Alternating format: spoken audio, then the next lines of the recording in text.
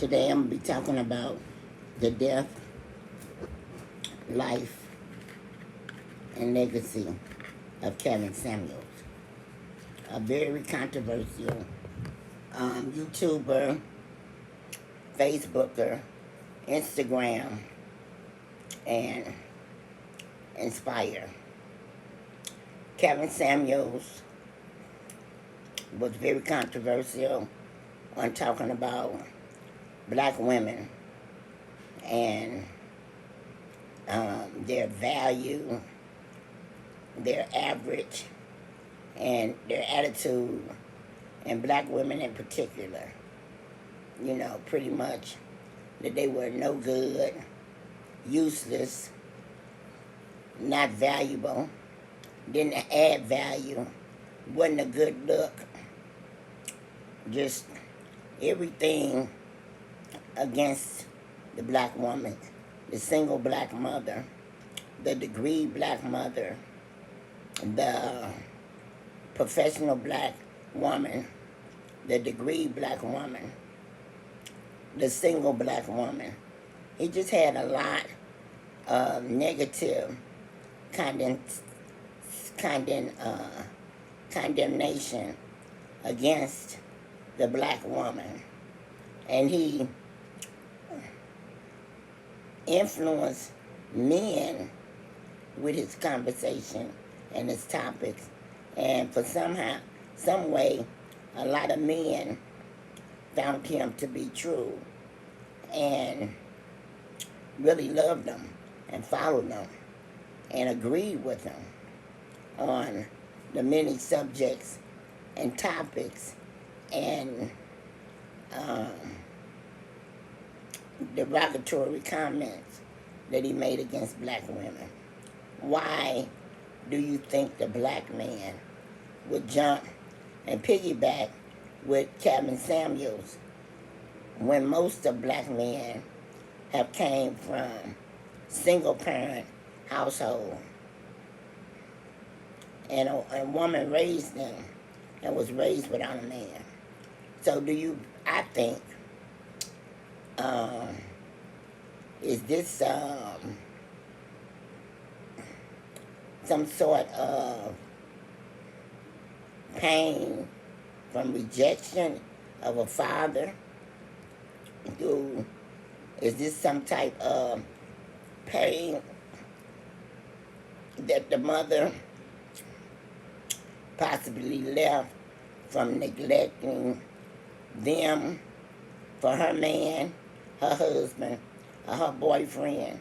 Why do you think the black man has so much hurt and pain, and they can easily latch on to a Kevin Samuels and understand him and the derogatory defaming of a black woman? Why? And most of them that are fathers are have left mothers single, are not raising their children. Why do you think that a man that has not raised his kids, have left plenty women single, get to talk about her in a derogatory way?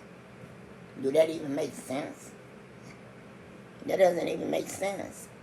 And I would like to know, how do you feel, or how do Kevin Samuels feel that he can be a high value man and he's from the projects?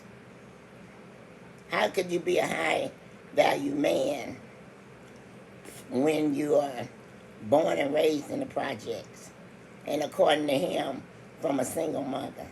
Like, the single mother's supposed to be the worst, according to Kevin Samuels. So how do you get to be high value?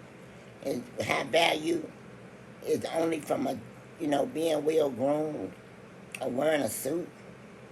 That's the only thing, and making money. That's what the high value based upon, because that's nothing. That's nothing to be called quality.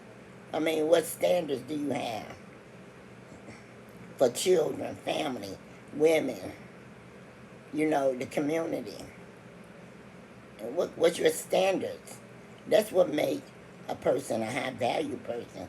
Not because they can go buy a suit, or they can put on a suit, or they can go get their beard trimmed, or a haircut, or go get their nails pedicured. That doesn't make you have value. Or you can stay in a nice house, or you make a six-figure income. That's not have value.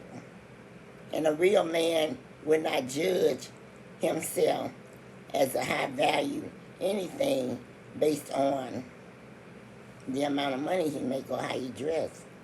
That's something little boys do, where they still need to be titled, or I mean his Kevin Samuels standards did not make sense to me.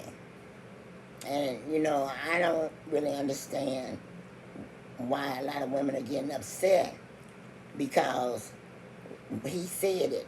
One man cannot set the standard for what another man like. Come on now. One man does not set the standards for what another man like. Just like a woman can't set the standards for what another woman like. People like what they like. Ain't got nothing to do with all that stuff Kevin Samuels was saying. It had nothing to do with none of what he was saying. He was thinking of himself, for himself, just to put someone down to make him feel better. There's many people like that. It's many people. It's men, women, children, old people. They like to put other people down to make themselves feel better. And some people, they make them feel better. That's what bullying is called. That's what a bully is. A bully goes around and bully people to make them feel better. Kevin Samuels, unfortunately, he did that to make himself feel better. Raised in a project, without a father. His mother was single. He was the only child. Apparently, she neglected him, even though he was the only child. She neglected him. That's why he feels in such a way. Because he wasn't raised with confidence. Because if he was raised with confidence, there's no way that he would say the things that he say. He got that pseudo confidence. He got the kind of confidence that he got to put on an outfit to make him feel good, or over people. It's got to cost a certain amount. He got to get it from a certain store to make him feel good. It's a lot of people like that. That's why the fashion industry and Tommy Hilfiger, Gucci, and Michael Kors and Birkenline is $1 billion businesses on the backs of black people. Because black people and other people, if they don't have on a name brand, they don't feel good about themselves. If they didn't get it from a particular store, if they didn't pay more for it than you paid for yours, they don't feel good about themselves. A lot of times people, they're not good people. They got to go get an outfit to make them feel good, because they don't feel naturally good about themselves. If you naturally feel good about yourself, it don't make no difference what you have on to feel naturally good. If you got to come over to me with a pair of shoes on that costs more than mine to make you feel better than me, or to make me feel lesser, something wrong with you. That's low self-esteem, low self-confidence. You need things to enhance who you are, material things. Everybody don't need material things. They feel good, they know themselves. Calvin Samuels did not. Even a lot of the things that he said, what he wouldn't have, what he wouldn't do, what kind of woman, that's the last woman he ended up with. Not only that, she had to be not too smart, because who goes to somebody's house or apartment and don't know where the heck they at? How do you not know what apartment you was in? And you in it for the first time? That don't make no sense to me. That's weird. And then on a 911 call, she didn't know whether she was in a house or an apartment. There's so much conflict with that. She think, for some reason, she felt like everybody should know him, including the 911 operator, like he was Michael Jackson. That's crazy. That is so crazy. And also, all the talking that she was doing with the pseudo 911 operator, she couldn't have been doing CPR, because there's no way that you can talk and hold a conversation and continue CPR. And also, who was the man that started counting? 1, 2, 3, 1, 2, 3. That's counting through the compressions when she wasn't even doing compressions. And another thing, how could he turn blue? Black people don't turn blue. Black people don't turn blue. You got to look in the nail beds of a black person, or look in their eyes. They don't turn blue. And if he had turned blue, I mean, he was dead. I just wonder how do a black man turn blue? White people, or like other fair-skinned people, turn colors that you can see. And particularly white people, because of their pigmentation. So, and then another thing, what made her think that they had a defibrillator at the front desk? And if she didn't even know what apartment she was in, certainly she didn't know what building she was in. Because if it was another man there doing the compressions that was counting, why didn't he run down and get the defibrillator? Why didn't she run down and get the defibrillator from the front desk? And what made her assume the front desk has a defibrillator? If the front desk had a defibrillator, they wouldn't let her use it. They would be liable. How would they know she know how to use it? They wouldn't just lend that out. They would have to have some type of medic on staff to be able to go up there and use that. They just not gonna give her that. That's not how that works. That building would be all kind of liable if they let her use a defibrillator. So, there's so many things that's sketchy around his death and around that 911 phone call. It wasn't authentic, if you ask me. Because she can't go call, have 911 to call the apartment, tell them to take the defibrillator up there. They gotta have somebody on staff that's trained that can use a defibrillator.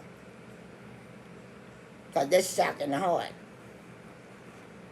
That's throwing electricity, so many bolts of electricity through your heart. And you got to stand back. Other people got to stand back away from that. So why? Because you think she say she a nurse. They got to understand she got to have her credentials.